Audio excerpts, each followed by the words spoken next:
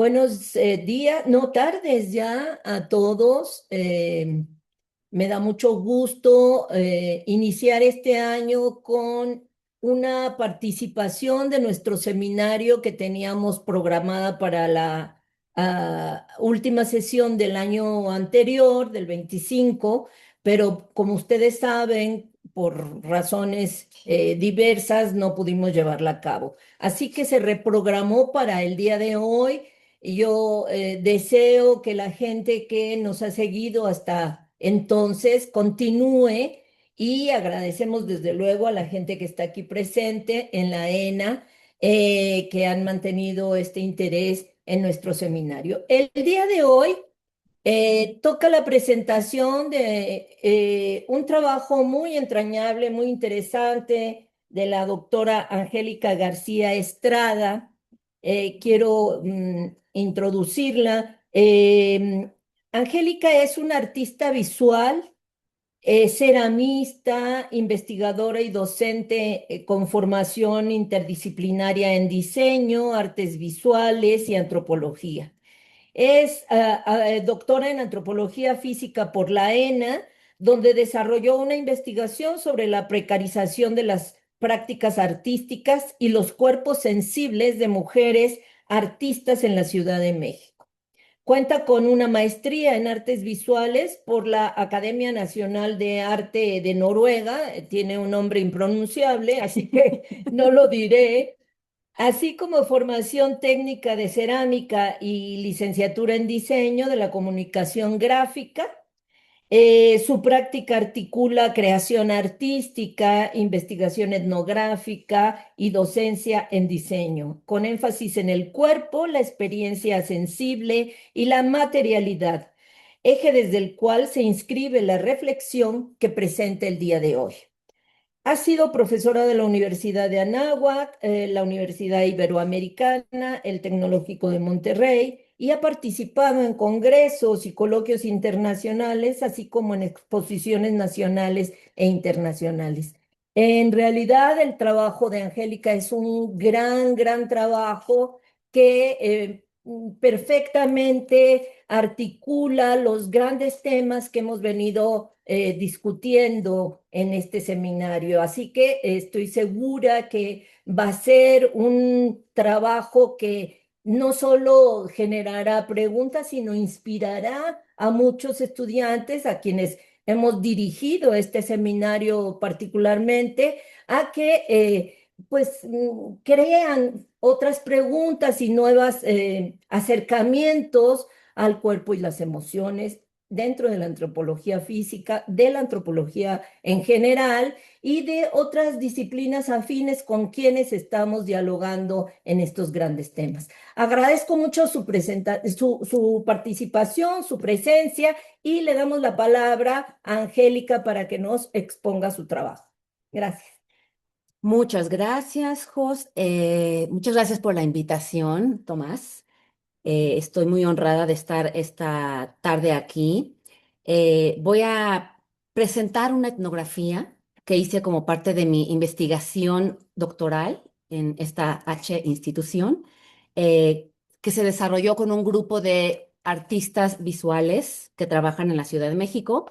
Y bueno, elegí este campo no solo por su relevancia antropológica, sino también porque yo misma formo parte de este mundo del arte y he experimentado muchas de las condiciones que aquí analizo.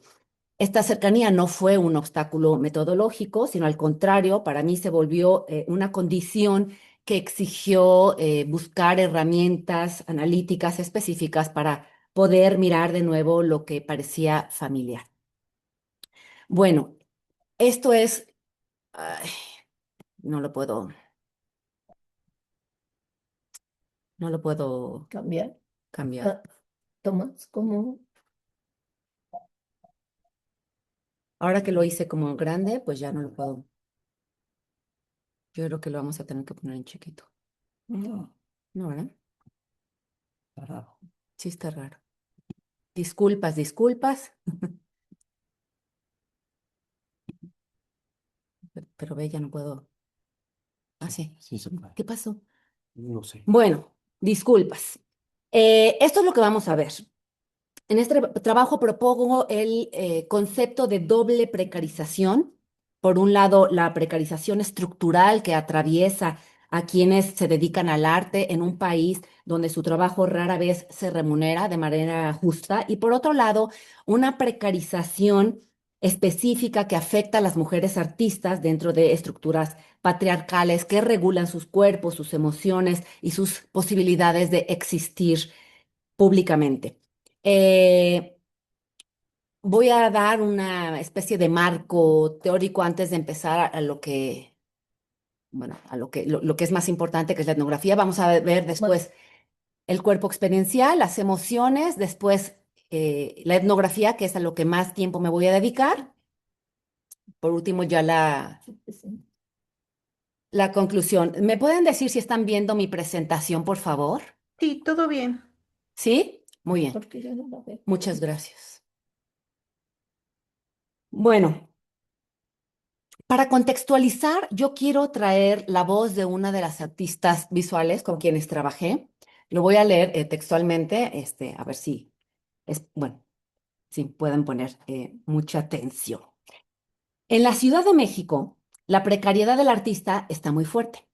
Pero ¿de qué puede vivir un artista? En teoría, el artista vive de exponer y vender su trabajo. Pero ¿qué pasa si es un trabajo inmaterial, como es nuestro caso, que hacemos performance? O que tenemos productos como el tarot que se venden a 200 pesos y al ser un colectivo, esos 200 pesos se reparten entre todas. Vivimos en un sistema de arte donde se privilegia el trabajo individual, como el del genio creativo que de alguna manera produce objetos para compraventa que obedecen muchas veces a intereses más personales, más contemplativos. Si se hace un trabajo que quiere activar socialmente, pues está muy chido, pero está condenado a no recibir remuneración. Nos invitan a exponer en otros lados y está horrible porque aquí en México no se pagan las exposiciones. O sea, si un museo te pide la obra, la ponen, se gasta en el montaje, cobra el curador, cobra el museógrafo, cobra el güey que pone el foquito, todos cobran menos el artista. Hay esta concepción muy entendida en la sociedad que los artistas hacen lo que hacen porque les gusta y como les gusta es un hobby y como es un hobby no se paga. Pero en particular las que estamos aquí tenemos que batallar con muchas cosas en nuestra labor artística, desde lo económico, la gestión, cuestiones que no pasan por mi hobby, de hacer pastelitos con mi familia. El día que no quiera hacer pasteles no lo hago. Pero el día que no quiera hacer mi labor artística, pues se me cae mi forma de sustento. Un montón de cosas, tanto emocionales como económicas.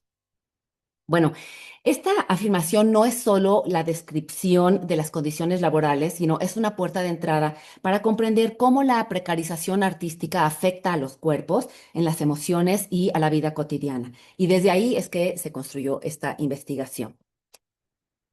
En la Ciudad de México, muchas prácticas artísticas se desarrollan en un contexto de precarización estructural. Se privilegia el objeto vendible y la figura de genio individual, como decía Liz Oryx, mientras que las prácticas colectivas, procesuales, performáticas suelen ser mal remuneradas o de plano no remuneradas en absoluto. Esta precarización no se queda solo en el plano económico, organiza los tiempos de vida, afecta la salud, las emociones las moldea, condiciona la experiencia cotidiana de quienes viven de su trabajo artístico. Desde la antropología física, esto plantea un problema importante. Aunque el cuerpo ha sido históricamente el objeto de estudio de la disciplina, la dimensión sensible y experiencial de estos cuerpos suele quedar fuera de foco. La antropología física crítica ha avanzado al plantear al cuerpo como cuerpo sujeto agente, inmerso en campos de poder y de género, pero en México son escasos los trabajos que articulen esta perspectiva con prácticas artísticas contemporáneas. Mi investigación se centró en tres mujeres artistas visuales feministas, integrantes del colectivo Invasorix, cuyas trayectorias se construyen en esta doble tensión, la precarización del trabajo artístico y las desigualdades del género. Me propuse entonces abordar la precarización desde el cuerpo experiencial para responder preguntas muy concretas. ¿Cómo se precarizan las prácticas artísticas? ¿Cómo se construyen cuerpos sensibles en este contexto? ¿Y de qué formas la resistencia emerge desde la experiencia corporal? ¿O qué formas de resistencia, ¿no? emergen? Em, bueno, para comprender cómo estas condiciones se viven, se sienten y sostienen en la vida cotidiana, fue necesario detenerme en el cuerpo no solo como objeto biológico ni como superficie simbólica, sino como experiencia. Por eso introduzco la noción de cuerpo experiencial que defino como campo de experiencia perceptual, sensorio-afectivo de relaciones intersubjetivas, intercorpóreas, que produce sentido y resistencia. Esta definición eh, también se inscribe dentro de la antropología física crítica y dialoga directamente con el paradigma de embodiment propuesto por Thomas Sordas. Y desde esta perspectiva, el cuerpo no es un soporte pasivo que es atravesado por la cultura, sino el campo mismo donde la cultura acontece. No se trata de analizar representaciones del cuerpo, sino de comprender cómo los sujetos viven, perciben, se comprometen con el mundo desde su corporalidad. Sordas propone entender el cuerpo como un campo metodológico indeterminado, definido por la experiencia perceptiva y por los modos de presencia y compromiso con el mundo. Esto implica un giro fundamental. Repito, la cultura no se inscribe en el cuerpo, la cultura se vive corporalmente. Ahora bien, en el trabajo etnográfico concreto, este marco necesitaba una mayor precisión analítica.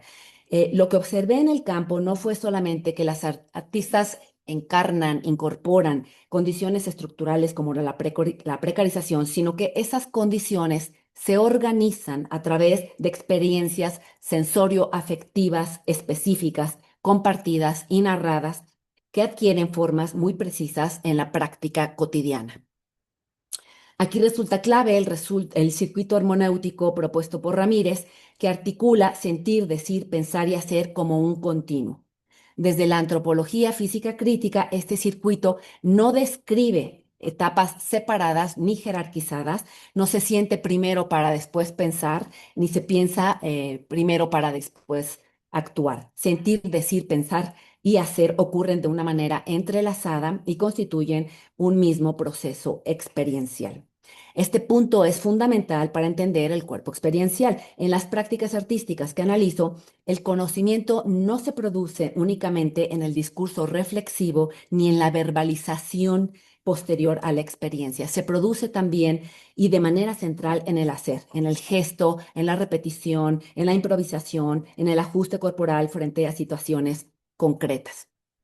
Y aquí dialogo directamente con la propuesta de Tim Ingold, quien plantea que el conocimiento es algo que se genera en la práctica misma. Para Ingold, los cuerpos no están separados del mundo que habitan, se forman en correspondencia constante con él. Pensar no es un acto exclusivamente mental, es un proceso que ocurre mientras se hace. Y desde esta perspectiva, el hacer es ya una forma de pensamiento. En el hacer se toman decisiones, se evalúan riesgos, se ajustan movimientos, se producen comprensiones situadas que no siempre pueden traducirse inmediatamente con palabras. Esto es especialmente relevante en el caso de las artistas, para quienes el cuerpo es una herramienta de trabajo, de investigación, de producción de conocimiento. Esta idea también dialoga con Richard Sennett, quien ha mostrado cómo las prácticas, y en particular las prácticas artesanales y creativas, generan saberes corporales que no pueden reducirse a enunciados teóricos. El conocimiento se sedimenta en el cuerpo a través de la repetición, la atención, la corrección y el cuidado por el detalle. Y desde aquí la sensibilidad es una forma específica de conocimiento corporal. En contextos de precarización, esta sensibilidad se vuelve una herramienta clave para sostener la práctica artística y la vida cotidiana. La etnografía sensorial permite acceder a este nivel de experiencia. Siguiendo a Silvia Citro, toda reflexión humana se origina en experiencias sensorio-afectivo-cognitivas del cuerpo en el mundo. Ella también viene de la fenomenología merleau-pontiana. No hay una separación radical entre percepción, emoción y cognición. La experiencia es siempre corporal, relacionada y situada. Por eso, en esta investigación, la etnografía sensorial no es un complemento metodológico, sino una vía central para comprender cómo se produce el cuerpo experiencial. Escuchar silencios, observar gestos, registrar cansancios, entusiasmos, ritmos, tensiones, permite ver cómo las estructuras sociales se vuelven experiencia. Y bueno, ahora no voy a ahondar sobre la etnografía sensorial y quien quiera ahondar más en esto puede darse un clavado con Sarah Pink, ¿no? Quien habla de este término. Bueno, entonces, el cuerpo experiencial articula embodiment, circuito hermenéutico y etnografía sensorial para dar cuenta de cómo las experiencias de precarización se incorporan, se sienten, se piensan y se hacen colectivamente. No estamos frente a vivencias individuales aisladas, sino frente a campos de experiencia compartidos, intercorporales, donde el hacer también piensa y donde el conocimiento se produce en la acción misma. Desde esta perspectiva, las prácticas artísticas no pueden analizarse solo como producción de obras. Son prácticas de conocimiento, son modos corporales de investigar, de responder y de reexistir en un mundo atravesado por la precarización. A continuación les voy a hablar de las emociones. Quizá para alguno de ustedes esto resulte un poquito obvio, pero de cualquier manera lo voy a decir, sobre todo para los que nos están acompañando en Zoom, que quizá no están muy empapados de lo que es la antropología de las emociones. Bueno, para comprender las experiencias de las artistas visuales con quienes trabajé, fue necesario construir un marco sólido sobre las emociones desde la antropología. No porque las emociones sean un tema adicional o complementario, sino porque en esta investigación lo emocional construye un eje de acceso al cuerpo experiencial. Hablar de las emociones en antropología es hablar de algo, no es hablar de algo evidente o de algo transparente. Al contrario, es hablar de un problema teórico, metodológico y político. Durante mucho tiempo, las emociones quedaron relegadas a un lugar marginal dentro de las ciencias sociales, asociadas a lo irracional, a lo subjetivo, a lo privado. Desde la antropología física crítica, esta exclusión resulta especialmente problemática porque implica separar artificialmente el cuerpo, la experiencia y el conocimiento. Uno de los problemas que aparece al abordar las emociones es esta tensión clásica entre dos grandes enfoques. Por un lado, el enfoque naturalista o universalista que concibe a las emociones como puras respuestas biológicas básicas, universales, adaptativas. En este marco se ubican trabajos como los de Paul Ekman, centrados en la identificación de emociones básicas a partir de expresiones faciales supuestamente universales. Este enfoque ha tenido un impacto importante porque ofrece un lenguaje claro de clasificación y parece aportar certezas. Sin embargo, desde la antropología presenta varios problemas. En primer lugar, tiende a tratar la emoción como un dato fisiológico previo a lo social, como si el cuerpo experiencial, el cuerpo emocional existiera antes de la historia, antes de la cultura y las relaciones de poder. En segundo lugar, reproduce un dualismo clásico entre razón y emoción, donde lo emocional aparece como un residuo irracional que debe ser controlado. Este dualismo no es neutro, históricamente ha sido utilizado para jerarquizar cuerpos y sujetos. Las emociones han sido asociadas a la feminidad, a la infancia, a lo no civilizado y utilizadas como argumento para deslegitimizar voces, saberes y experiencias. Por eso, el problema no es solo epistemológico, sino político, profundamente político. En contraste, el enfoque culturalista, construccionista, plantea que las emociones son construcciones sociales, culturales y lingüísticas. Desde esta perspectiva, no existe una emoción pura o una emoción natural, sino formas socialmente reguladas de sentir, nombrar y expresar. Aquí son fundamentales los aportes de Catherine Lutz y Jeffrey White, quienes muestran que las emociones no circulan libremente, sino que están atravesadas por normas, por jerarquías, estatus de género, por el género y por el contexto. Este enfoque tiene una potencia enorme para la antropología porque nos obliga a reconocer que sentir es también aprender. Los cuerpos aprenden repertorios emocionales. Aprenden qué se puede sentir, cuándo, cómo, frente a quién. Aprenden qué emociones son legítimas, cuáles son sancionadas y, en otras palabras, existen pedagogías emocionales que forman cuerpos sensibles de manera diferencial. Y bueno, para una investigación sobre la precarización, esto es fundamental.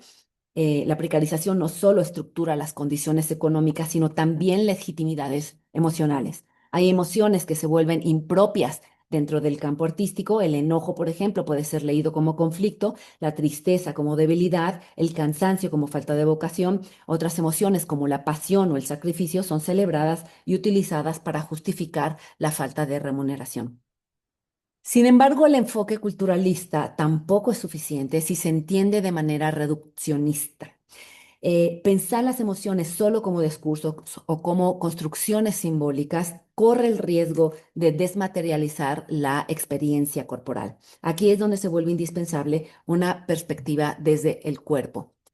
Autores como David Le Breton permiten avanzar en esta dirección al plantear que las emociones no son universales ni invariantes, no son meros productos del lenguaje, son experiencias incorporadas, vividas en y desde el cuerpo, organizadas socialmente, pero sentidas de manera concreta.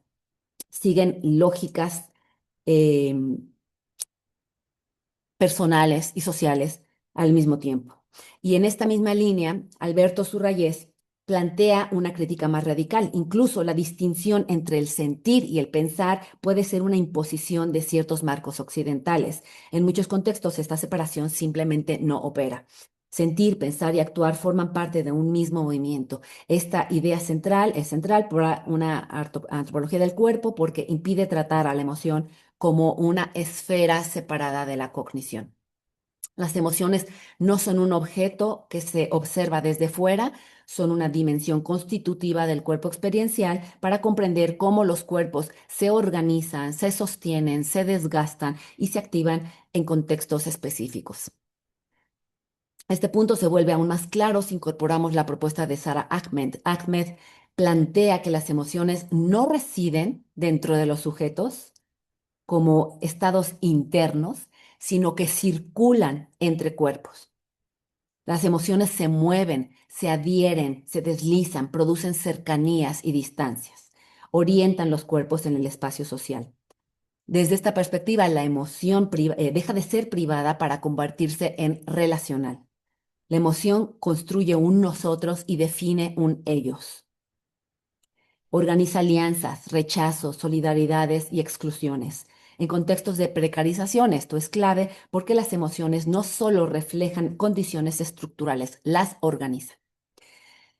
La precarización genera emociones, pero más importante aún, organiza la circulación emocional. El enojo puede volverse una energía colectiva que estructura acción, el miedo puede generar repliegue, la vergüenza puede disciplinar y silenciar, la incomodidad puede convertirse en estrategia crítica, el cuidado puede transformarse en infraestructura afectiva que sostiene la vida cotidiana y el trabajo artístico.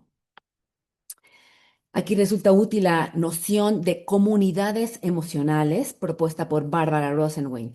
Rosenwein sugiere que las emociones se producen y se comparten en grupos que comparten a su vez valores, metas, intereses y repertorios afectivos. No predomina una sola emoción, sino que hay constelaciones emocionales que se configuran históricamente. Y esta idea dialoga directamente con lo que yo observé directamente en el trabajo de campo. No analizo emociones aisladas, sino configuraciones afectivas, colectivas, que se organizan en torno a prácticas artísticas, vínculos de apoyo y experiencias compartidas de precarización. Aquí también el aporte de Mariluz Esteban resulta fundamental, especialmente cuando introduce la noción de comunidades y grupos de apoyo mutuo. En mi investigación, las emociones no aparecen como vivencias individuales, sino como parte de redes afectivas que sostienen la vida cotidiana, el trabajo artístico, el cuidado, la resistencia. Estas redes no son un fondo emocional, sino que son una infraestructura sin la cual las prácticas artísticas no podrían existir. Y desde esta perspectiva, las emociones se convierten en un registro metodológico. No se trata de añadir, repito, lo emocional como adorno interpretativo, sino de asumirlo como una dimensión clave para comprender cómo la precarización se vive en el cuerpo y cómo desde el cuerpo se organizan formas de reexistencia. Esto significa dejar de pensar las emociones como reacciones secundarias y reconocerlas como formas incorporadas de conocimiento. Este enfoque permite entender por qué en los itinerarios y las escenificaciones que veremos en un momento que analizo, las emociones no paralizan la acción, sino que la organizan. El cuerpo sensible no es un cuerpo pasivo frente a la precarización, es un cuerpo que siente, piensa, dice y hace y resiste al mismo tiempo. Bueno, ahora sí pasemos a la etnografía. Para comprender cómo se vive la precarización en los cuerpos de artistas con las que trabajé, necesitaba una metodología que no fragmentara la experiencia corporal. No podía reducirla a discursos ni a categorías cerradas, y por eso opté por una aproximación etnográfica cualitativa centrada en el cuerpo que articula tres herramientas: las narrativas, los itinerarios corporales y las escenificaciones. Estas herramientas no se usan de manera aislada, sino funcionan como un sistema que permite aproximarse al cuerpo desde distintas escalas temporales y situacionales. Realicé mi trabajo etnográfico con 6 mujeres artistas visuales. 4 de ellas formaban parte del colectivo Invasorix y 2 de ellas no. Hice, bueno, observación participante, 20 entrevistas a profundidad, las acompañé en ensayos, en performances, etcétera. Y bueno, es que no he dicho ni siquiera qué son las artistas visuales, o qué es el arte visual. El arte visual es todo arte que es visual. Es muy amplio, desde lo más tradicional, que es escultura, pintura, grabado, textiles, que trabajen con diferentes materiales como las maderas, metales, etcétera, pero que trabajen con joyería, hasta más contemporáneos como em, arte digital, como todo lo de performance, video performance, instalaciones artísticas, etcétera. Bueno, y no significa que nada más uno se especialista. Por ejemplo, yo pinto y hago cerámica, ¿no? Pero también he recurrido a otros medios de acuerdo al proyecto, ¿no? Eh, Generalmente los artistas visuales le entran a varias cosas, ¿no? Estas artistas hacen muchas cosas, hacen investigación, hacen texto, pero se dedican mucho a hacer performances. Bueno, entonces se hicieron 20 entrevistas narrativas con todas ellas, y después todo el material grabado fue transcrito y convertido en un texto que va relatando y dando forma a los itinerarios corporales. Y también hice 2 escenografías con 2 performances, en un momento los explicaré, y decidí al final que solo se iban a quedar 4 de las integrantes del grupo Invasorix. Y ya cuando les enseñé los itinerarios a las integrantes, a una de ellas no le pareció lo que vio, no le gustó. em, Dijo que ella ya no se veía en ese lugar, y que, bueno, no le gustó que expusiera sus partes vulnerables. Entonces, bueno, estas cosas pasan, ¿no? Así que ya no presenté su itinerario y solo me quedé con Lisorix, Unorix y Nisorix, como ellas se llaman. Bueno, decir también, bueno, ahorita lo diré, las narrativas.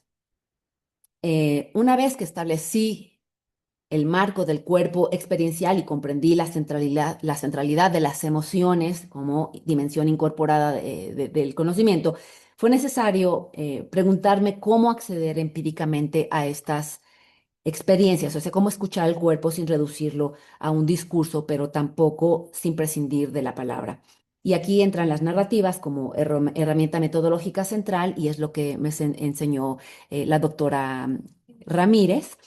Las narrativas no funcionan en esta investigación como simples relatos biográficos ni como testimonios que representan una experiencia ya dada. Las trabajo como prácticas corporales situadas. Narrar no es solo contar lo que ya pasó, sino es volver a pasar por el cuerpo una experiencia, reorganizarla, dotarla de sentido y compartirla en relación con otro. Desde la antropología física crítica, esto implica reconocer que la palabra no está separada del cuerpo. Las narrativas están atravesadas por gestos, pausas, silencios, cambios de tono, aceleraciones, quiebres. El cuerpo habla mientras narra, incluso cuando no se habla explícitamente del cuerpo. La narrativa en sí misma podríamos decir que es una escena corporal. En el trabajo de campo, las narrativas se produjeron a partir de entrevistas a profundidad, repito. Sin embargo, una vez transcritas las entrevistas, el trabajo no consistió simplemente en ordenarlas ni en resumirlas. Realicé primero un análisis detallado de todo el material a partir de mis categorías de investigación. Y mis categorías fueron la familia, la escuela, las prácticas artísticas, la precariedad de las prácticas artísticas, la resistencia a las emociones. No pongo al cuerpo experiencial como categoría independiente, puesto que atraviesa todo el análisis. De la misma manera, el cuerpo sensible está implícito en cada una de las dimensiones. Para trabajar con este material, asigné un color por cada categoría. Todas las entrevistas y sus análisis fueron subrayados por colores. Posteriormente, eliminé todas las preguntas, dejando únicamente las respuestas. Reorganicé el material de acuerdo con las categorías, o sea, lo rojo con lo rojo, lo azul con lo azul, etcétera. Y bueno, eso es. Este procedimiento fue fundamental porque permitió desarmar la estructura de la entrevista como diálogo guiado por preguntas y recuperar la voz de las artistas desde sus propios énfasis, repeticiones, sus desplazamientos y silencios. El objetivo no era reconstruir una historia ordenada ni coherente, sino respetar la lógica narrativa de cada agente. En este sentido, construir una narrativa no implica seguir un orden cronológico, implica tratar de ser lo más fiel posible a la manera en que la agente o el agente quiso contar su historia. Hay idas y vueltas, saltos temporales, insistencias, contradicciones, omisiones. Todo esto forma parte de la experiencia corporal narrada. Las narrativas hacen visibles los regímenes emocionales que organizan ese campo. Aparecen emociones diversas, pero estas emociones no emergen de forma aislada, siempre se articulan con mandatos de género, expectativas profesionales y trayectorias vitales. Desde la antropología sensorial, prestar atención a estos detalles fue clave. No se trata solo de lo que se dice, sino cómo se dice, de lo que no se puede decir también, de los silencios prolongados, repito, estas pausas largas, los suspiros, los cambios de postura, los movimientos repetitivos de las manos, etcétera. Y aquí es importante retomar el circuito hermenéutico de sentir, decir, pensar, hacer. Las narrativas no aparecen al final de la experiencia como una reflexión distanciada.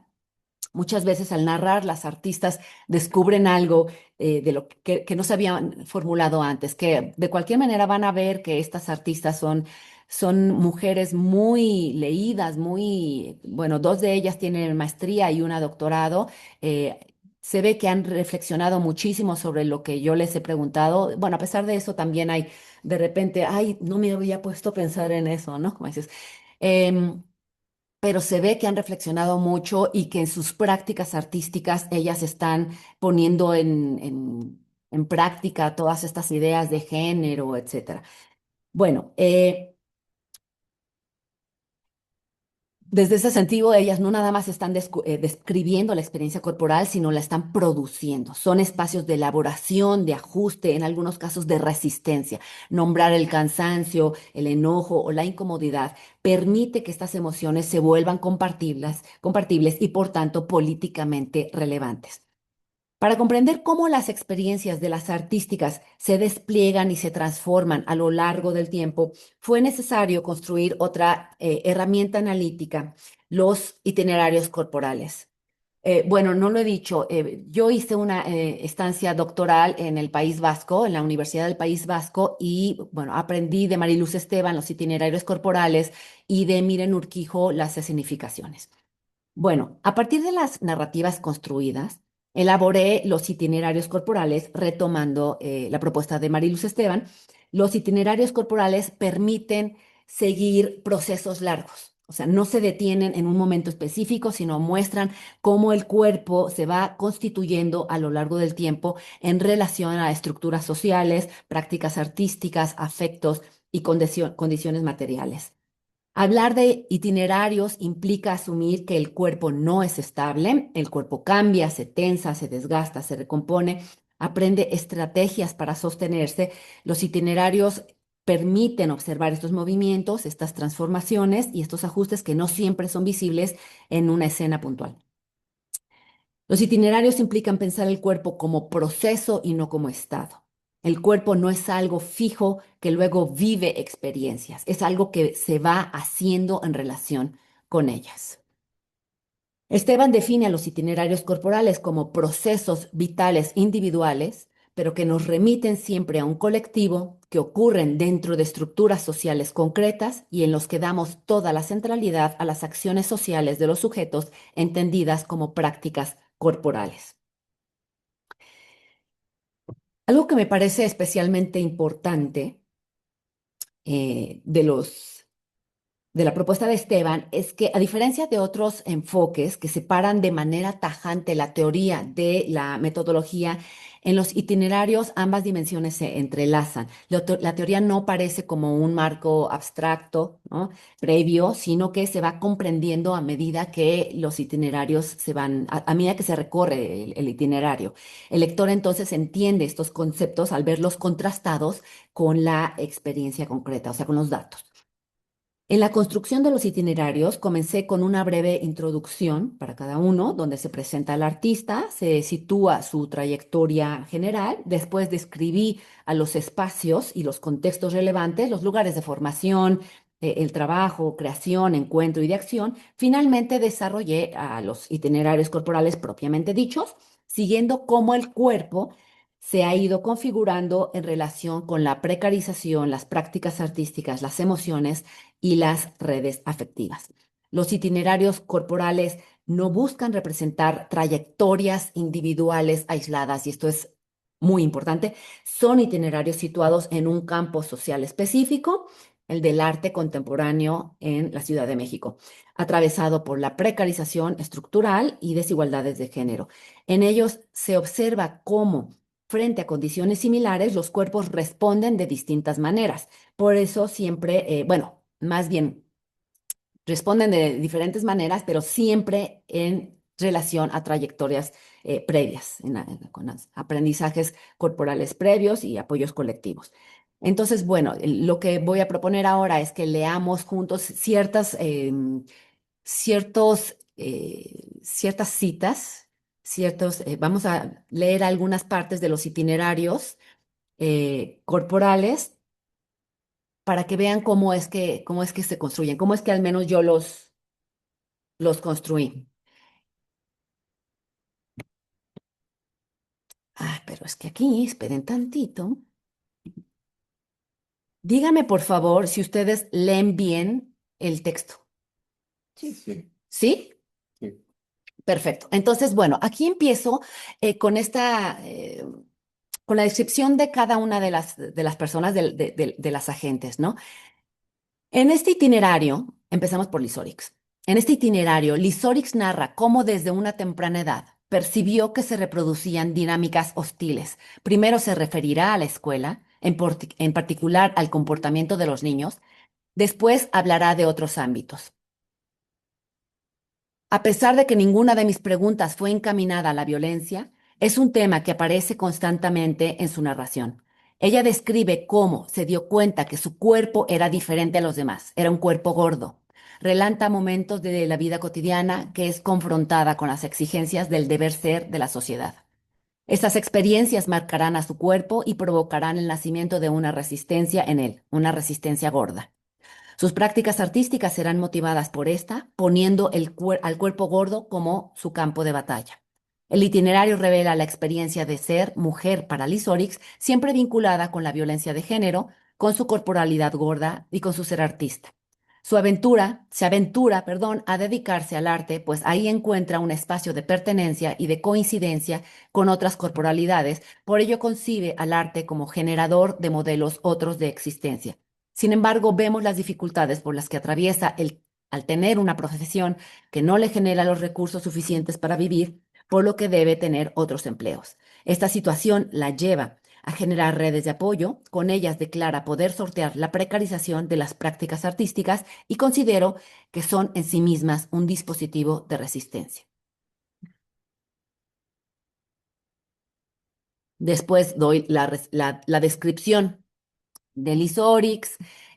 Bueno, veo cómo tiene algunos tatuajes en su cuerpo que representan también esta idea de los cuerpos gordos.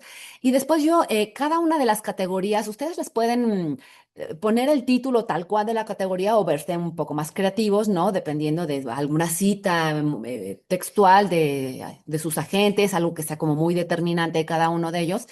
Eh, Eso lo veremos también. Les voy a leer lo que dice Liz Orix. Cuando yo estaba en el kinder, tenía una compañera. Pero mira, inclina su cuerpo hacia mí, levanta el dedo índice de su mano derecha y baja su voz. Escucha lo que te voy a decir. Tenía una compañera que hacía pipí parada. Entonces fui y le pregunté a mi mamá, porque yo tenía 5 años. Y mi mamá me dijo muy calmada, está bien, algunas niñas son diferentes. Estaba esta categoría de que hay otras cosas que no necesariamente entiendes o de que hay otros cuerpos que no necesariamente son como el tuyo. Yo veía que mi cuerpo era de otra talla diferente al de otros. Pero es hasta que te lo hacen notar de manera negativa, como, ¿por qué eres así? Y regresas y dices, pues, ¿qué no era normal? Bueno, si se fijan, entre corchetes estoy poniendo todas las partes de etnografía sensorial, todos estos movimientos, el lenguaje no verbal, etcétera, ¿no? Esta cita se los leí porque fíjense cómo desde los 5 años ella es consciente de su propia corporalidad, ¿no? Después, como pone también de ejemplo situaciones de normalización. Un momento decisivo fue mi fiesta de 15 años. Mi mamá me quiso hacer la fiesta a huevo y yo, bueno, pues tú déjate, ¿no? Y me dejé, risas. Había muchas cosas que me incomodaban, como comentarios de mi mamá. Pero ¿cómo vas a llegar tan gorda a los 15 años? Dieta. ¿Cómo no vas a saber bailar en tus 15 años? Clases de baile. ¿Cómo vas a tener acné a tus 15 años? Tratamiento. Todo lo que era el deber ser aplicaba lo bestia en ese momento. Porque es como, claro, te vas a presentar, la gente te va a ver y ni modo que te vea ahí toda como eres. O sea, tienes que ser mejor de lo que eres. Este es otro de los títulos que les digo, pueden ser ya un poquito más creativos. Alimentar como acto de amor. Mi mamá, dice Liz Orix, me presionaba por la gordura, sobre todo en una edad más avanzada. Pero mi abuelo no, al contrario. Él venía de una familia muy, muy pobre, con unas historias horribles de no tener para comer. Mi abuela dio en adopción a una de sus hijas, a otro lo metió al hospicio porque tenía 9 hijos y ella no sabía ni leer ni escribir y era costurera. Entonces, para él, justamente, el alimentar a la gente era un acto de amor, de cuidado, era como una atención. Luego crecí y me di cuenta que no es así en todas las casas. Pero yo me acuerdo que en casa llegaba cualquier persona, bueno, no cualquiera, no el plomero, pero a lo mejor la vecina o una visita inesperada y le servían cosas. Ay, tu café, una galleta, mandaban traer el pan. Era como un procurar estar juntos, estar bien. Mi abuelo cocinaba porque mi mamá trabajaba. Él era un proveedor de cuidados en la familia cuando yo estaba chiquita. Entonces también ahí había otra relación que no pasaba por todos estos otros discursos. Mi abuelito tenía esa idea más correspondiente a sus épocas. Los niños sanos tienen que estar gorditos. Los niños flacos tienen que estar enfermos. A los niños flacos no les dan de comer. Entonces sí, como que era distinto. Y después vemos cómo le pasó, cómo le fue en la escuela, y luego desigualdad de género en la escuela, ya en la universidad. Dice, estaba en un grupo de investigación con otros alumnos donde era constantemente cuestionada. Mi maestro, de hecho, me dijo que por qué estaba tan traumada por esos rollos de género si yo había ido a la universidad, si se veía que en mi casa no tenía problemas, que no me violentaban. Entonces, ¿por qué insistía en ese tema? Yo en ese momento no tuve respuesta porque además era la figura de autoridad. Todos mis compañeros callados, las chavas así calladas y los vatos como, sí, sí, a huevo, que se calle, ya que se calle esa vieja. Por eso mis proyectos nacen a partir de la rabia. Y fíjense bien aquí. eh, Mariluz me decía que siempre en un itinerario va a haber muchas emociones, pero siempre hay como una jerarquía de emociones, ¿no? Y siempre va a haber una emoción que es la que rige todo. O sea, una emoción que es la que está hasta arriba, ¿no? Y esa era mi preocupación. Bueno, ¿cuál es la emoción que está rigiendo a este itinerario de esta gente, de la otra gente y de tal esa gente, de la tercera? En el caso en el caso del Lysorix es la rabia, es el coraje. Y si se dan cuenta, por eso estoy narrando y por eso digo que los itinerarios son procesos largos. Desde que es chiquita, ella está construyendo esta rabia, ¿no? Se está gestando este coraje en su corporalidad, ¿no? Y desde ahí es que ella empieza a accionar. Dice, yo vivo y construyo al feminismo justo como esa red de alianzas que a partir de nuestras diferencias, porque es muy raro en ese feminismo mainstream de pronto pareciera que todas las mujeres, por ser mujeres, tenemos las mismas experiencias de vida y las mismas opresiones, o sea que todas las mujeres somos Hillary Clinton y por supuesto que no. O sea, hay unas diferencias bien pesadas en cuanto a la construcción del género, pero también en cuanto a la construcción de clase social, de racialidad, de lugar geográfico, de acceso, de educación. Es decir, hay una infinidad de cosas que nos hacen distintas y que pueden ser una infinidad de cosas que nos separan. Entonces, más allá de esa cosa biologicista, yo entiendo al feminismo como un marco teórico y ético a partir del cual empezar a accionar. Muchas de las personas con las que trabajo son trans o chavos gays que accionan desde el feminismo, aunque no son el sujeto político del feminismo, son trabajadoras sexuales, no sé, diferentes personas con las que podemos tener afinidad con las personas vividas. A lo mejor no son las mismas, pero empatizo contigo, tú me respetas, yo te respeto, vamos a luchar juntas.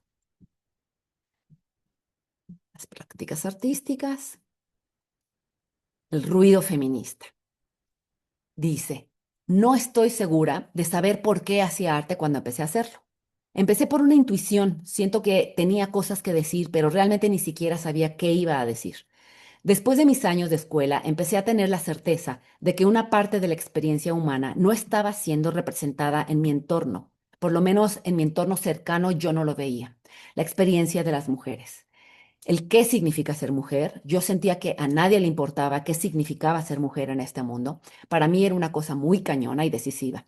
Cómo nos socializan, nos dicen cómo tienes que vivir tu vida, cómo tienes que desear, cómo tienes que todo. Es decir, la vida y nuestros deseos están codificados según el género asignado. Esto me hacía ruido desde chavita, pero no sabía dónde ponerlo.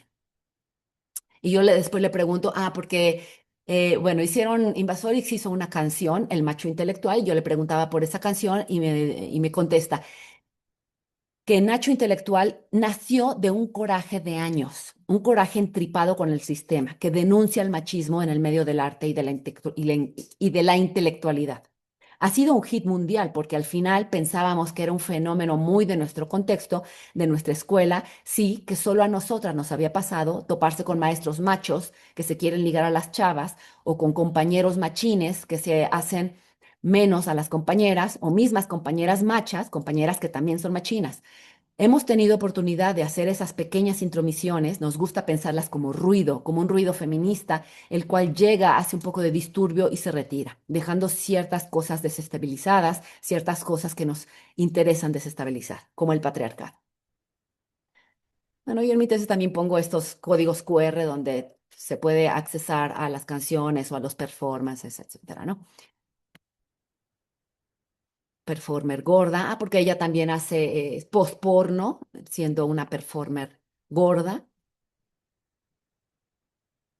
Y también está muy interesada en todos los procesos biológicos de la mujer, sobre todo en en la menstruación, y en estos monotipos con sangre menstrual,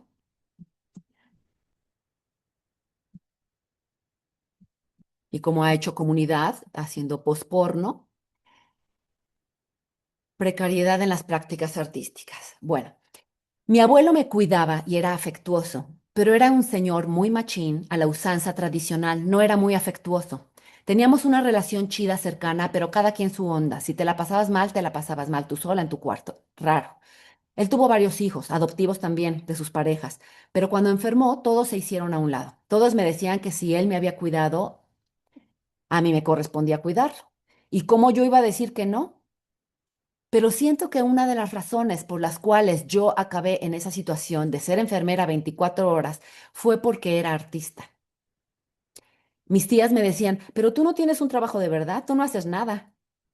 Para mí fue muy fuerte. Por eso, pero esos años los aproveché. O sea, el tener completa dependencia económica era horrible. Estaba atrapada ahí. Pero en esos años nació Histeria. Histeria es una revista que todavía, búsquenla en internet, todavía existe. Tenía tantísimo tiempo en mis manos en lo que mi abuelito comía, iba al baño, etcétera, que te quedan horas nalga que puedes aprovechar. Entonces leía, investigaba, veía artistas, tomaba notas, como cultivarme de otras maneras. Afortunadamente con el internet te puedes comunicar con todo el mundo sin tener que salir de tu casa. Nunca veía la tele. Yo veía gente con la que estudié que estaban agarrando chambas que en tal museo, etcétera, haciendo sus pininos desde abajo, que yo pensaba que eran lugares chidos para trabajar. Mi mamá llegaba en la noche y yo me iba con mi novio inmediatamente. Me quedaba a dormir en su casa, me desconectaba. Yo sé que para ella también era pesado, pues trabajaba todo el día y en la noche llegaba a hacerle de cenar, ver qué se le ofrecía, etcétera. Pero yo ya no podía más, me tenía que escapar. Para mí fue muy fuerte cuando murió mi abuelito porque yo estaba con él, pero siento que quedamos en paz y siento que mi mamá se quedó con cosas.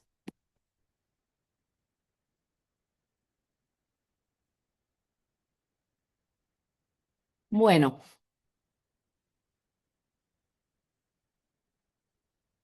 la resistencia. El cuerpo gordo como metáfora de resistencia. Me considero una mujer gorda de toda la vida y eso es algo en lo que reflexiono mucho en mi trabajo. Desde ahí lo hago todo, mi activismo, mi vida, todo, porque es algo que me ha definido desde niña. Siempre ha habido alguien que me lo ha señalado. El poder trabajar con mi cuerpo, desde mi cuerpo, reflexionando sobre esa condición y esas experiencias han sido una herramienta de liberación, sobre todo la liberación de las miradas y los prejuicios de los otros.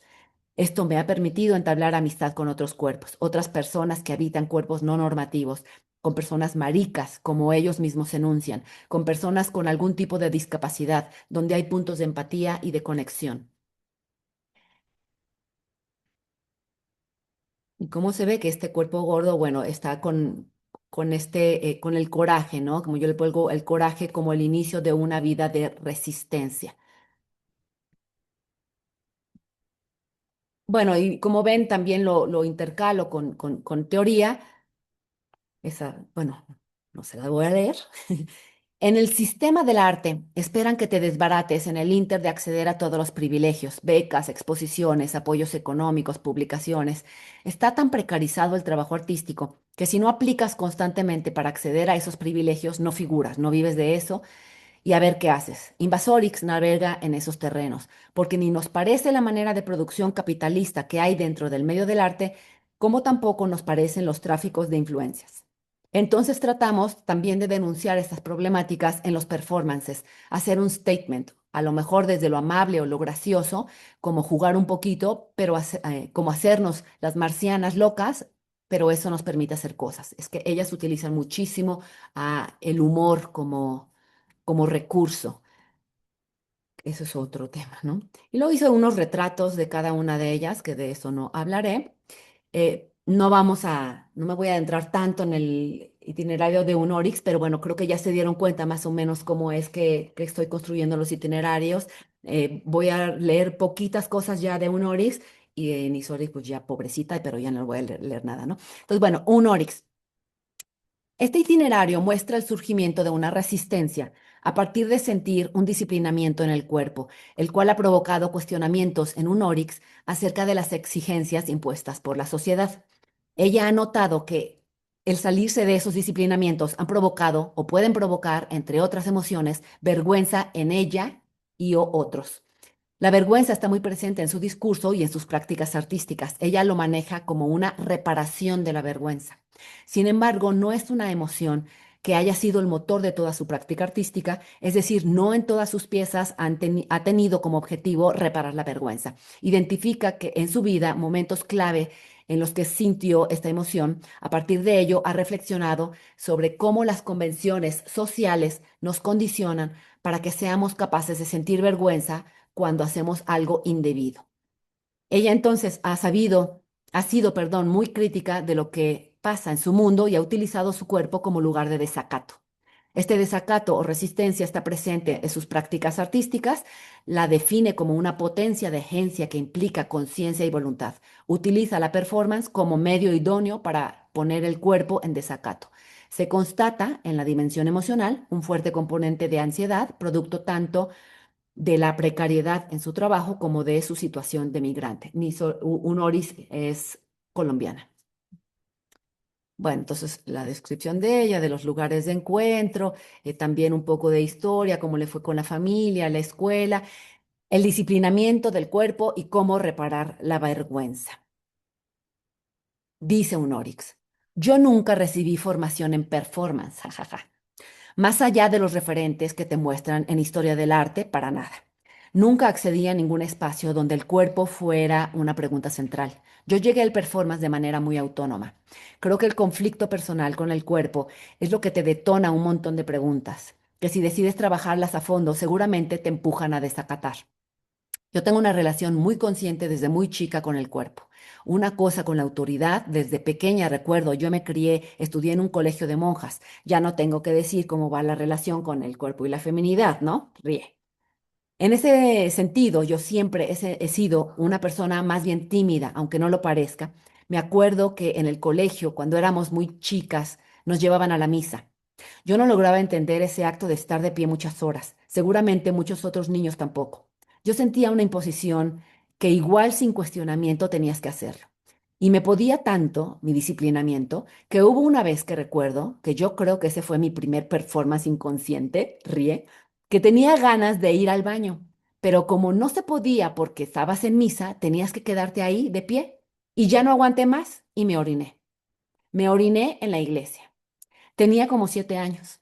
En su momento fue súper vergonzante y no sabía por qué sentirme mal, si al final había hecho lo que me dijeron que hiciera, que era estar ahí. Mi relación con eso era paradójica porque efectivamente en ese momento no fue un acto anarquista como de pues ahora me meo. Hubiera deseado que hubiera sido así, seguramente hoy lo haría así, ríe, pero en ese momento no. Sí me acuerdo que era una conciencia de la disciplina, de me dijeron que no, lo que después me generó muchas preguntas de qué bizarro que atender a la norma me haya llevado a subvertirla. Fue como un cortocircuito decir, wow, qué denso, qué denso. Creo que a partir de ahí surgió una inquietud por lo corporal, sin necesidad de que yo lo supiera, y no sé cuántos años después que hubiera terminado haciendo performance. Mi práctica en el performance surge de una pregunta muy personal sobre el disciplinamiento del cuerpo. ¿Y de qué manera podemos retar eso? De una manera que te dé agencia, no solamente en términos de hacer factualmente, sino también emocionalmente. ¿Cómo reparas esa vergüenza de ti cuando eras chiquita? Y en ese momento, todo mundo abrió un círculo a la mitad, al frente de Dios. Cierra los ojos, echa la cabeza para atrás, suelta una carcajada, respira entrecortada. Es muy chistosa. Bueno, Lisorix también muy, muy chistosas. Todo lo hacen con mucho humor, inteligentísimas, brillantes. A ver, esta es un Oryx haciendo un performance, se ve muy chiquito, ¿verdad? Haciendo otro performance en la universidad, creo que es la Javeriana, en Bogotá, con su sangre menstrual.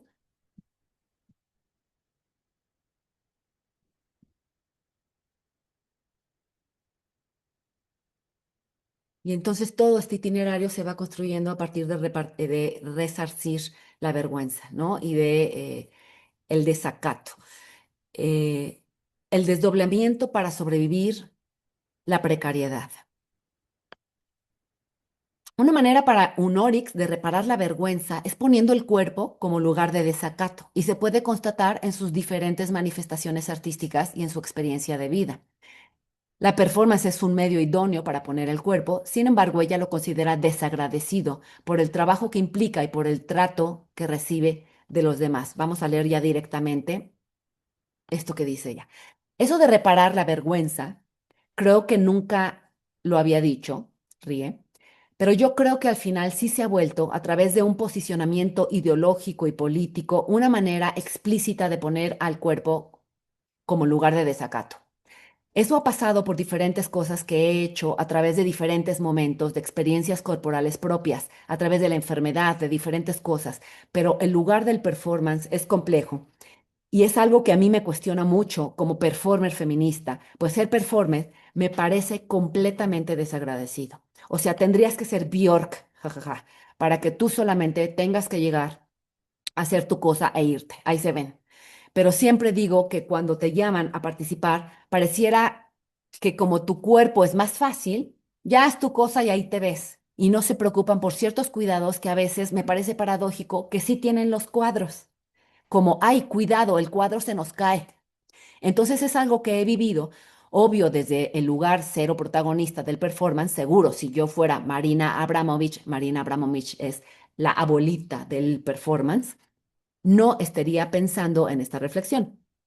Dentro de la precariedad misma que sostienes, te conviertes en la productora, la directora, la performer, en todo al mismo tiempo. Recuerdo mucho un performance que hice que decía, neta, el performance es estos 2 putos días. Ja, ja, ja. No duró una hora, duró 2 días. Fue un performance que hice hace mucho, se llamaba Contra. Era una reflexión sobre la visualidad en términos del cuerpo que es visto y el cuerpo que ve y que es visto a partir de una cámara de video. Para hacer el dichoso performance, yo tenía que hacer una piscina de lodo. Obvio, con mi escaso recurso, todo lo hice yo. O sea, neta, neta, para dedicarme al performance y a las artes hay que tener un muy buen círculo de apoyo. Suelta la carcajada. Increíble que te quieran un montón para que te ayuden a cargar el costal de lodo, luego lo suban 3 pisos. Ay, por favor, ayúdame porque sola no puedo. Eso sí ha sido para mí clarísimo en mi chamba. Claro, con Invasorix es distinto porque a veces somos 4 morras, a veces 7 morras, pero cuando estás sola es como no puede ser. Me acuerdo esa vez, además de hacer toda la infraestructura, había que trastear los palos, que obviamente te cansa, te jodes, entonces ya hiciste todo y ahora 5 minutos antes, ahora sí, performance, se pone derechísima y ríe. Es entrar en otro esfuerzo energético, otro esfuerzo distinto. Yo decía, ¿cómo le hice? O sea, no entiendo cómo carajos le hice. Te desdoblas, te desdoblas. Realmente yo sí siento que hay un trabajo de desdoble que tiene que ver con sobrevivir la precariedad, con que si no lo haces tú, nadie lo va a hacer.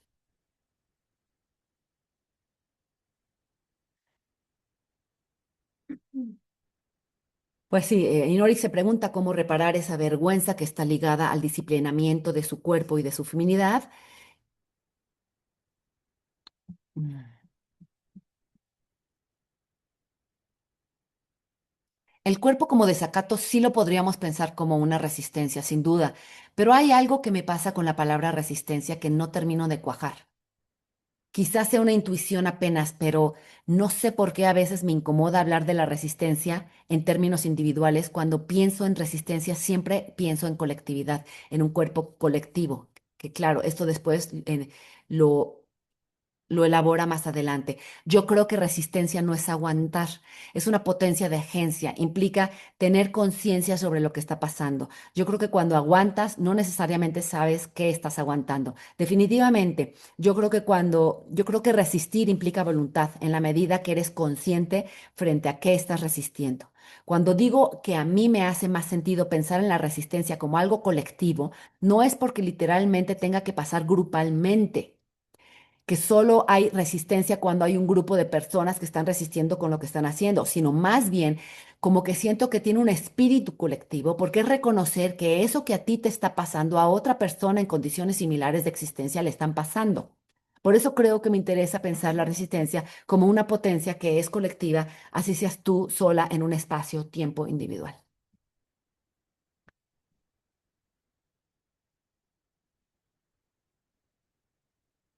Bueno.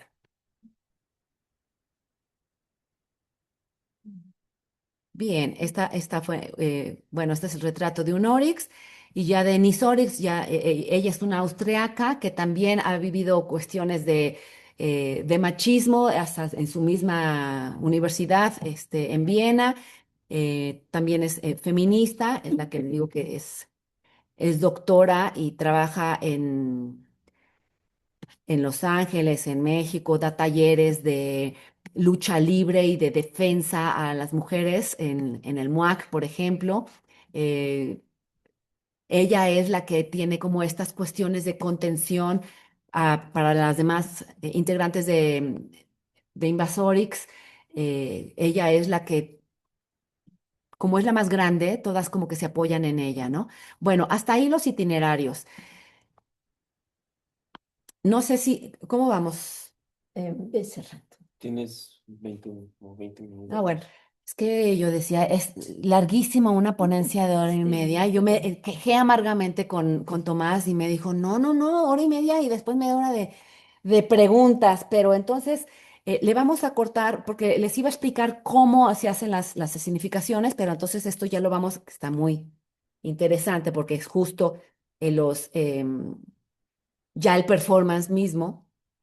eh, Y como Miren utiliza elementos del drama, el tiempo, el contexto, los personajes, que si hay antagonismo, si hay protagonistas, etcétera, esto será para otra ocasión, porque ya están cansados, ¿verdad? Un poquito. Bueno, esta es otra escenificación, que son los 12 tips intergalácticos, que muy diferente. Bueno, la primera, les voy a contar nada más rápidamente de este performance, que es la justicia tiene caras, que fue cantaron, bueno, cantamos porque fueron tres integrantes de Invasorix, cuatro, y artistas invitadas, entre ellas a mí me invitaron, yo también estuve cantando, eh, un corrido sobre los feminicidios en Ciudad de México frente a la justicia, a la Suprema Corte de Justicia de la Nación, lo cual pues impone muchísimo, ¿no? Y bueno, esta escenificación no se las, sí, no lo voy a explicar. Y esta es otro performance completamente diferente en un espacio cerrado con la mayor parte del público era de la comunidad queer, muchos de ellos eran artistas también, entonces se utilizó muchísimo el humor para denunciar precisamente el mundo del arte, entonces muchos de ellos se identificaban, entonces bueno, fue de mucha participación, eran rituales sensoriales, habían aromas, habían aceites, agua, tés, etcétera, ¿no? Sí, a manera de ritual, ¿no? Entonces, desde el punto de vista sensorial, esto también fue como muy, muy rico, ¿no? Bueno, ya como cierre, digamos que voy a recapitular todo lo que vimos. A lo largo de esta ponencia, entonces, bueno, planteé cómo la precarización del trabajo artístico no puede entenderse solo como una condición económica o estructural. La precarización se vive en el cuerpo, se siente, se gestiona corporalmente desde la antropología física crítica. Esto implica colocar a la experiencia corporal en el centro del análisis, ¿no? Por eso propuse trabajar con la noción de cuerpo experiencial, entendido como un campo de experiencia sensorio-afectiva, aquí todavía esto no, intersubjetiva, intercorpórea, que produce sentido y resistencia. Las emociones fueron una vía de acceso a este cuerpo experiencial. No aparecen como estados internos ni como reacciones individuales, sino como experiencias encarnadas y relacionales que orientan a la acción. Desde el cuerpo sensible, sentir también es conocer. Las narrativas permitieron acceder a esta experiencia desde la palabra sin separar el decir del sentir ni el pensar del hacer. A partir de ellas, los itinerarios corporales hicieron visibles la dimensión corporal, temporal del cuerpo, cómo se desgasta, cómo se ajusta, se aprende estrategias para sostenerse. Las significaciones mostraron cómo estos procesos largos, bueno, decir nada más que Así como los itinerarios corporales muestran estos procesos largos, las significaciones es en un momento muy preciso, es una acción muy precisa que Miren Urquijo la convierte como si fuera una escena de teatro y por eso es que utiliza también los elementos del teatro, ¿no? Por eso me convino a mí mucho utilizarla para un performance en específico, ¿no? Bueno, entonces, hablar de cuerpos sensibles y resistentes no significa idealizar el sufrimiento ni romantizar la precarización, significa reconocer que estos cuerpos, em, les voy a poner aquí esto de la resistencia, estos cuerpos precisamente por su sensibilidad registra de manera aguda las tensiones, las violencias, los límites de los mundos que habitan. Son cuerpos que sienten el desgaste, la incomodidad, la fragilidad, pero que no se quedan inmóviles frente a ello. La resistencia no aparece como un gesto heroico ni como una superación de la vulnerabilidad, sino como un proceso situado, corporal, relacional, que se construye en el hacer cotidiano, en la práctica artística, en el vínculo con otras y otros. En este sentido, estos cuerpos no solo resisten lo que existe, sino que ensayan formas de transformación. A través de sus prácticas producen desplazamientos, abren fisuras, crean mundos otros de existencia, aunque sean parciales, frágiles o momentáneos. Mundos donde el cuidado, la colectividad, la sensibilidad, la imaginación tienen lugar. Pensar estos cuerpos como sensibles y resistentes implica reconocer su potencia creativa, no solo para denunciar lo que duele, sino para sostener la vida y producir sentido en contextos adversos. Desde ahí, el cuerpo experiencial no es únicamente una categoría analítica, sino una clave para comprender cómo se transforman las formas de habitar, de crear, de existir en el mundo. Muchas gracias.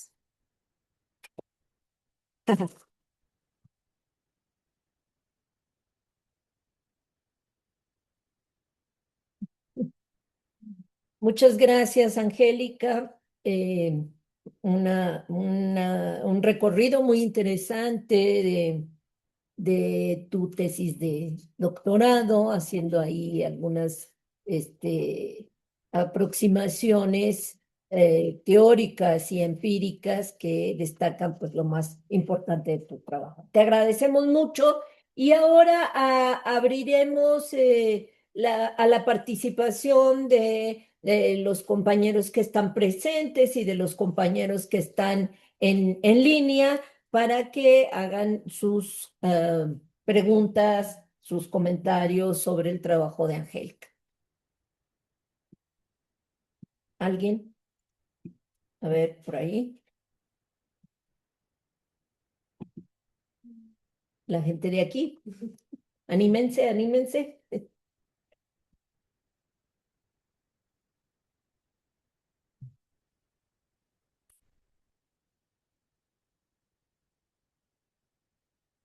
¿No? Bueno, ¿tú tienes algún comentario? Sí, tengo comentarios, por ¿Sí tienes supuesto, querida. Yo lo sabía. Sí. Pues, antes que nada, agradecer por la ponencia. Fue bastante interesante el conector, sobre todo de que tiene la antropología física hacia las artes visuales. Me parece muy importante esta esa señalación que se hace de la precarización la precarización laboral en todo lo que tenga que ver con el cuerpo, ¿no? Fuera de la medicina, por ejemplo. Entonces, pues yo quisiera felicitar por su trabajo. Creo que a mí me surgieron pues sí anoté varios conceptos, Sí. sobre todo el cuerpo, sobre todo el cuerpo experiencial, el cuerpo sensible, esta no dicotomía entre la mente y el cuerpo, ¿no? Me parece que sobre todo en estas ramas, en la antropología, sobre todo en la antropología, ya sea física o social, es muy importante deshacer esta dicotomía, ¿no? Porque justamente eso es lo que nos frena para futuras investigaciones y pues no me queda nada más que agradecerle por su tiempo y por su ponencia. Me gustó bastante. Ah, pues muchas Sus gracias. datos por cualquier cosa. Muchas gracias. Sí, sí, con mucho gusto. Hay Me más. gustaría, vamos a juntar algunas, Hay más sí, preguntas. y para que nos pueda compartir sus reflexiones, Angélica, pero les pediría, por favor, si dicen de dónde vienen y su nombre, ¿sí? Bueno, mi nombre es Sacnité y soy egresada de aquí, de la Escuela Nacional de Antropología e Historia. Igual trabajé en una tesis sobre sobre danza tradicional de moros y cristianos. Ah, mira. Y pues también desde un enfoque desde antropología de la experiencia. Entonces justo estoy pues justo conecté muchas ideas porque también apelo a una antropología desde otras metodologías, que son como antropología de la experiencia y del cuerpo. Entonces, pues, ¿Eres de antropología social? así es. Ah, muy bien, Muy muchas bien, muy gracias. bien. No, muchas gracias. Tenemos otras preguntas acá. ¿Alguien más aquí? ¿No? Aquí Por el en momento. el Bueno, chat. podemos Chat, mira, te ver. preguntan en el chat, yo voy a hacer. ¿Consideras que para estudiar un performance debes participar de ello o también puede estudiarse desde afuera, como un externo? Muy buena ponencia, dice. Muchas gracias.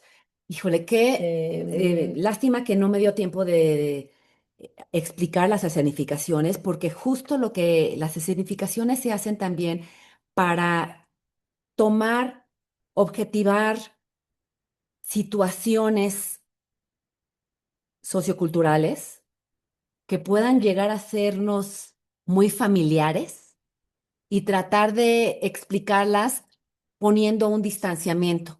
Miren, Urquijo habla precisamente eh, de narrarlas a la manera brechtiana, porque ella también viene, además de que es antropóloga, viene del teatro, eh,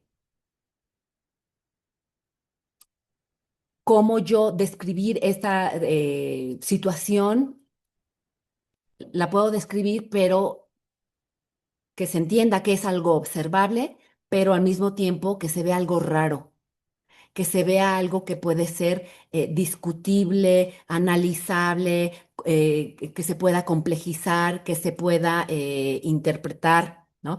Entonces, en ese sentido, yo por eso, quizá, bueno, voy a estar como muy familiar, pero el chiste de las escenificaciones es crear esta distancia dentro del familiar y hacerse una serie de preguntas. Estoy hablando yo desde algo que estoy naturalizando, estoy hablando yo desde un lugar ya muy familiar, estoy haciendo preguntas que podrían ser también de otros o tengo este sesgo, ¿no? Entonces, es esta familiaridad distanciada. No sé si se responde. Gracias, Angélica. Vamos a ver, aquí tenemos a Leticia Calvario, si puedes prender tu cámara para interactuar con nosotros y participar, por favor. ¿No? ¿Sí Ay, está? una disculpa, no puedo prender la cámara Bueno, porque tengo problemas con la cámara. ok. Pero bueno, soy en efecto Leticia Calvario, soy egresada del doctorado en estudios de género de la Universidad de Granada, ahí también en España. Yo nada más, y en efecto hemos trabajado el tema de los itinerarios corporales de Mariluz Esteban desde esta perspectiva. Y sobre todo bueno, me ha parecido muy interesante el tema del cuerpo experimental, ¿no?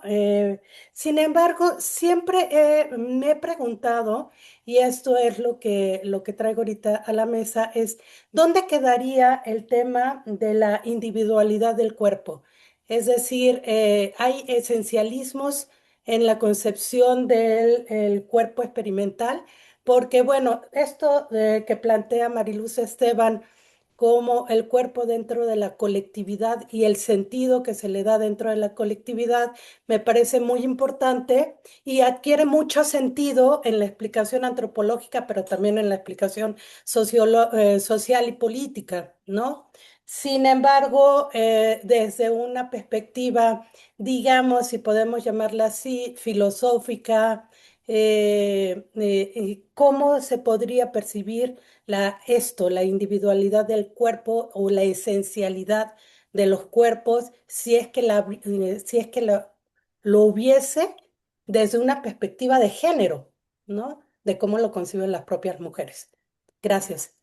Sí, bueno, desde una perspectiva de género es difícil, ¿no? Porque estamos siempre inmersos en relaciones con los otros, relaciones de poder, etcétera. Y no olvidar que desde la antropología, bueno, estudiamos nosotros a grupos, ¿no? No a individuos, pero sí, si te das cuenta, bueno, en cada una, bueno, ya tú ya has hecho itinerarios corporales, ¿no? Y a pesar de que, bueno, cada una de las agentes se ve de manera individual, pero no estás hablando, estos cuerpos siempre son relacionales y las emociones son relacionales, no surgen nada más del individuo de la nada. Surgen de todo también de una historia y de un contexto sociocultural, geográfico, político, etcétera, ¿no? Sí, quizá estás preguntando también algo como mucho más filosófico, ¿no? Sí, Bueno, exacto. En el sentido de la esencialidad. Sí, Ujú, ujú. sí. ok. No, ahí no tengo respuesta. Ok, Muchas pasamos. gracias, No, muchas ¿de gracias. qué? Gracias, Leticia. Pasaríamos con Mon de Acevi. Ay, no Hola, sé. ¿qué tal? Hola, Mon. Ujú. Por favor, coméntanos de dónde participas y la pregunta. Bueno, mi nombre es Yadira Mondragón, por eso Mon de Mondragón. Soy de Toluca y yo tengo una empresa donde nos dedicamos a llevar el arte a empresas para equipos de trabajo. Entonces, desde esta perspectiva se me hizo muy interesante la parte de construir itinerario. Creo que es algo que todos deberíamos de hacer porque cómo va relacionando la historia del cuerpo. Y quisiera preguntar cómo podemos llevar nosotros esta práctica a manera de anclaje o de concientización, ¿no? En ese sentido, de estas experiencias artísticas que yo ofrezco a equipos de trabajo, previo a la experiencia artística, tratamos de conectar con el cuerpo, de bajar la mente, de conectar con el equipo, con el entorno, el espacio, para posterior guiar la experiencia artística. Entonces, alguna manera en que estos itinerarios puedan guiarse de una manera quizá a lo mejor más pragmática o breve en ese tiempo que tenemos para estos equipos de trabajo. ¿Con cuánto tiempo, perdón, disponen ustedes? 2 horas y media Ah, aproximadamente.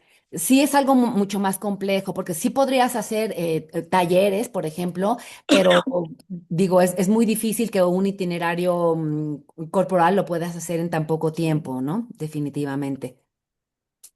Ok.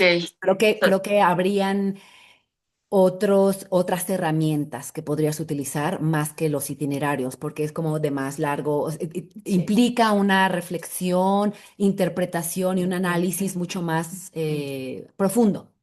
¿Y esta interpretación y análisis es guiado por alguna, o sea, por otro profesional adicional, no sé, a lo mejor psicólogos o terapeutas o demás, o uno mismo lo va guiando? Generalmente se hacen de manera grupal, o sea, es muy padre cuando un itinerario se hace en el grupo, no es de psicólogos, ¿eh? No es de la psicología y no estamos psicoanalizando a nadie, ¿no? Pero bueno, a mí me puedes contactar para que yo hablemos después de esto, con mucho gusto, lo Sí, que yo por te favor. pueda ayudar, echar la mano, sí, con mucho gusto. Y ya te explico, sí, mucho mejor, Sí, sí. me agradecería muchísimo. No sé cómo tendría sus datos o... Los pasé, de cualquier manera, apunta a mi correo normal, que es angelica.garciestrada@gmail.com. Lo voy a poner, lo puedes poner en el chat, porque Perfecto. lo está poniendo en el chat, Tomás, gracias. Muchísimas gracias. Gracias, Mon. ¿Alguien más quiere participar? Yo, Bien, empecemos. Sas. bueno, yo quiero agradecerle a Angélica por pues, el trabajo que nos viene a compartir. La verdad es que me gustó muchísimo. Pues todo el manejo de la experiencia compartida, ¿no? No sé si, para no ser, para ser políticamente correcto, no llamarle datos ni nada de eso, ¿no? Sino toda esta experiencia compartida de tus compañeras. Y te digo compañeras porque sé que una parte de ti pues es artista, ¿no? Y a eso me refiero, ¿no? ¿Cómo te reflejaste? ¿Cómo llegaste? ¿Cómo fue, a final de cuentas, la construcción de la idea del problema de estudio, ¿no? ¿Cuáles fueron tus reflejos, como artista visual que tú eres? ¿Y cómo te reflejaste en ellas para construir esta problemática, ¿no? Es decir, tu yo de alguna forma tuvo que verse inmerso en todas las emociones de las experiencias compartidas. ¿Cómo fue para ti emocionalmente vivir y experimentar de viva voz la precarización de tus compañeras? Y si tú de alguna forma has vivido esta precarización, ¿no? ¿Cómo tu subjetividad marcó la pauta en la investigación? Sí, Eso me gustaría preguntártelo, ¿no? Porque sí. se me hace sumamente interesante como tú como artista visual investigando a artistas visuales, que creo que eso es algo súper importante, ¿no? Además, desde la antropología física. Bueno, por eso empecé con este interés de hacer esta investigación, porque yo misma era artista visual, ¿no? Y yo había vivido en carne propia esta precarización, ¿no? En este país no es tan fácil ser artista, ¿no? Ser artista que cualquier artista, ¿no? Em, y justo cuando, a ver, yo no hice una autoetnografía como tal, pero sí que a la hora de poner, por ejemplo, eh, en los itinerarios sobre todo, sí que puse mi cuerpo, como se dice, bueno, como se dice por acá, ¿no? Meter el cuerpo, ¿no? Que tanto Silvia Citro también insiste en meter el cuerpo, que significa estar dentro del contexto, ¿no? Que con todos tus sentidos, etcétera. Y sí que yo también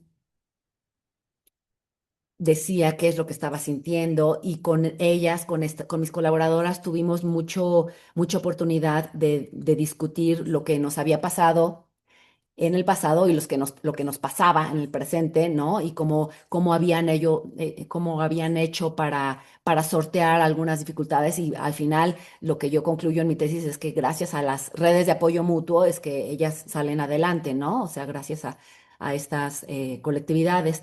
Y pues sí, o sea, mi subjetividad está todo el tiempo en juego, ¿no? Pero gracias también a lo que decía Miren, tratar de hacer de repente como estas distancias, es que pues lo sorteé, ¿no? Sí. Bueno, aquí hay otra pregunta que viene relacionada Ujú. a lo que yo te pregunté y que dice así, Rodrigo Torres Bravo dice que, bueno, me parece muy interesante tu ponencia. Gracias. Como mencionaste que tú participabas también en este grupo artístico, ¿crees que es posible plantearse el estudio de este tema desde la autoetnografía, que me Por parece que ya lo... supuesto. Y sería interesante desde la abstracción de vivenciar tu propio cuerpo en un performance, por ejemplo? Sí, por supuesto. Claro. Es posible, Sí, sí, sí, es posible. es posible. Y como lo dices, yo creo que está de alguna manera una una reflexión personal Sí, tuya que siempre está de alguna manera puesta, ¿no? sí, Aunque debo de decir que el trabajo de Angélica, que se centra no solo en un trabajo empírico profundo como el que hizo y del que pudo manifestarles en esta sesión, sino también de un trabajo, como pudieron ver, de reflexión teórica, de construcción de propuesta dentro de la antropología física, que hemos llamado antropología física crítica. Eso es muy, muy importante y cómo lo va logrando, articulando estas propuestas teóricas con lo que viene encontrando en el campo que me parece que está siempre puesto el cuerpo y puesto el cuerpo en diálogo con el cuerpo de las chicas, ¿no? Es muy, muy interesante, relevante el trabajo que hizo Angélica por esta articulación que siempre, bueno, le solicité como su tutora, ¿no? De lo teórico con lo empírico. Pero yo quisiera, porque aquí tenemos un punto interesante que hemos debatido algunas veces, que nos comentaras bueno, también yo había dicho que es muy importante en toda investigación que uno crea o produzca el concepto que será aquel concepto que nos ayudará a orientar la investigación para decir de aquí a aquí y no más, y a lo mejor en el campo podemos ir ampliando y ampliando no solo a partir de la información de campo, sino de la propia reflexión teórica que venimos sosteniendo, ¿no? Entonces, yo quisiera saber cuál es la diferencia entre el concepto que hemos venido manejando en antropología física crítica del cuerpo como campo de experiencia perceptual, de interacciones afectivas y sensibles, que negocia y renegocia su ser y estar en el mundo y que se, digamos, diferencia a partir de relaciones de género, etnia, raza, qué sé yo, edad, cosas que hemos propuesto, está con el embodiment de sordas, ¿no? Porque, bueno, hemos también visto cómo el concepto de embodiment de sordas fue un boom en el mundo antropológico y más allá de y ha sido incorporado y ha sido recontratraído para hacer reflexiones a partir del cuerpo, pero me parece que ese concepto de todas maneras es huidizo, tan así que, bueno, yo no lo traduzco, ¿no?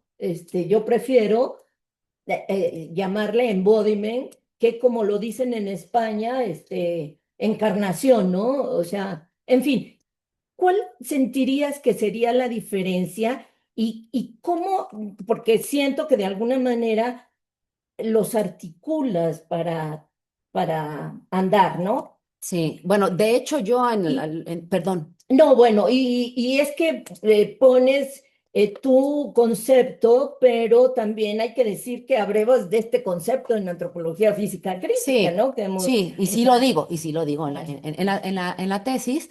Yo de hecho también embodiment nunca lo traduzco al español, aquí no daba sí. tiempo para hacer esas especificaciones. Embodiment es mucho más abarcador que incorporar, encarnar, corporalizar, bueno, hay muchas palabras. Ujú. Este, por eso es que, bueno, a lo mejor embodiment no alcanzó, por eso es que utilizo también tu noción, ¿no? El circuito hermenéutico y lo de etnografía sensorial, que luego también yo como que resumo en este cuerpo sensible y resistente, ¿no? Ujú. Eh, Abrevo de estas tres, y esto sí lo digo al principio, ¿no? De estas tres concepciones para yo hacer la mía, ¿no? Pero... Bien. Sí, Sí, sí. Yo voy a Tom. seguir preguntando. sí, Bueno, a mí me gustó la parte donde una de las participantes decidió no seguir o compartir eh, su itinerario, ¿no? Y eso creo que es muy importante en la etnografía, o sea, sobre Sí. todo porque habla, bueno, pues a nivel metodológico y a nivel teórico habla de una vigilancia epistémica, ¿no? De las miradas que te permitieron configurar la totalidad de la investigación, ¿no? Y creo que esa mirada de rechazo, no sé si decirlo, es precisamente un punto metodológico de quiebre que hace que la persona se sienta vulnerable, pero también hace que las otras personas puedan llegar a participar, ¿no? Eso por otro lado, ¿no? Porque no, bueno, yo no lo sé, sino que me gustaría saber un poco por qué fue o por qué sucedió esto y si dentro de la investigación, qué miradas te permitieron lograr ahora sí, con claridad y credibilidad esa descripción densa en la que tú estás tratando de hacer llegar a la audiencia, ¿no? Con toda la complejidad teórica y metodológica que implica esto. Sí, fíjate que era justo el itinerario que a mí me parecía más interesante, ¿no? Estas cosas pasan, sí, o sea, pasan en las investigaciones, ¿no? A pesar de que yo a todas les había dado este documento, una carta consensuada, bla, bla, bla, ¿no? Para participación, que iba a ser una investigación para fines académicos, etcétera, etcétera. Pero es lo que yo decía hace un momento, que el cuerpo cambia, ¿no? Y cuando tú narras, a la hora de hacer una narrativa, tú estás, digamos que lo que estás narrando del pasado no es necesariamente que tenga que ser, no es la neta, no es la verdad absoluta, es tu verdad, pero es aquello que tú recuerdas, ¿no? Y en ese sentido, el pasado siempre está cambiando, siempre se está reconfirmando porque tiene que ver con tu memoria y con desde dónde tú te estás viendo, ¿no? Eh, y en ese sentido, bueno, en los itinerarios, por supuesto que a mí lo que más me interesaba es captar estas tensiones, estos puntos de quiebre. Por supuesto que tú vas a hablar de las sombras y de las luces. O sea, si nada más vas a hablar de las luces, pues qué aburrición. Entonces, ¿para qué? O sea, ¿no? Además, la gente no es así, ¿no? Además, la gente no somos así, Ujú, todos tenemos sombras y luces, ¿no? ujú. Entonces yo lo presenté como tal, o sea, con sus sombras y con sus luces, ¿no? Y ella hasta tal cual me lo dijo, yo ya no me veo en ese lugar, que también es muy válido que tú ya no te veas ahí, tú ya no te quieres conseguir ahí, tú ya quieres pasar la página, tú ya quieres visualizarte en otro momento de tu vida y estaba pasando también en ese momento eh, era un momento de quiebre. Dice otra de las colaboradoras que esto fue motivo de dos reuniones acaloradas entre ellas. Fue mucha reflexión entre ellas, esto que había pasado, ¿no? Pero bueno, pues pasa. A ti te ha pasado en investigaciones, Sí, ¿no? bueno, perdóname, pero es importante. Creo que el tema que tratan, después de la pregunta de Tomás, es un tema metodológico y ético, ¿sí? Metodológico en el sentido de que todo investigador tiene que reflexionar sobre lo que está encontrando y por qué alguien que en inicio le autorizó que podría contar su historia, de pronto dice que no, ¿no? Entonces, bueno, la reflexión que cuenta Angélica del grupo Invasorix es muy importante, pero también la reflexión de ella para ver cómo solventar esta situación que desde su punto de vista pues deja fuera uno de las narrativas más, digamos, más esclarecedoras, más quizá punzantes para poner en orden lo que tú quieres responder con esta intervención. Entonces, sí llamó la atención sobre eso para los estudiantes, sobre todo, cómo uno se encuentra en el campo cosas que pueden enturbiar, no sé, entorpecer nuestro camino, pero que hay que reflexionarlo metodológica y éticamente, ¿no? ¿Alguna otra pregunta hay? ¿Alguna otra intervención? No, ya aquí no tenemos intervenciones. Bueno, No sé si quieras. Ya llevo 25, ya preguntaste todas, ¿verdad? Ah, ¿No? ya. Pues nada más agradecerle a todas, todos y todes eh, que hayan estado conectados, que hayan estado aquí presentes también, los presentes, y gracias por su interés. Se ve que hay un interés por la antropología de las emociones, por el cuerpo y las emociones. Les abrazo. Muchas gracias. Bueno, pues muchas gracias, gracias Angélica, gracias a los participantes en vivo y a todo color y los que están en línea, muchísimas gracias. Les invitamos a que continúen estando cerca de nuestro seminario. Estamos construyendo las nuevas propuestas para este año y creo que van a ser muy interesantes para todos ustedes.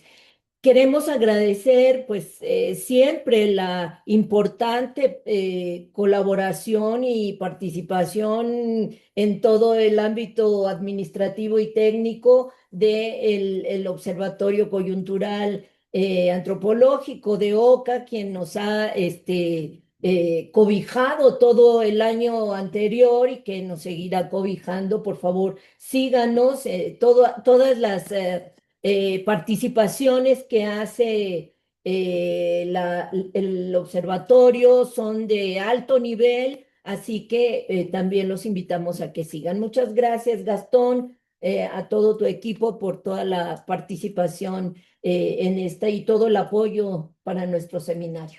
Muchas gracias.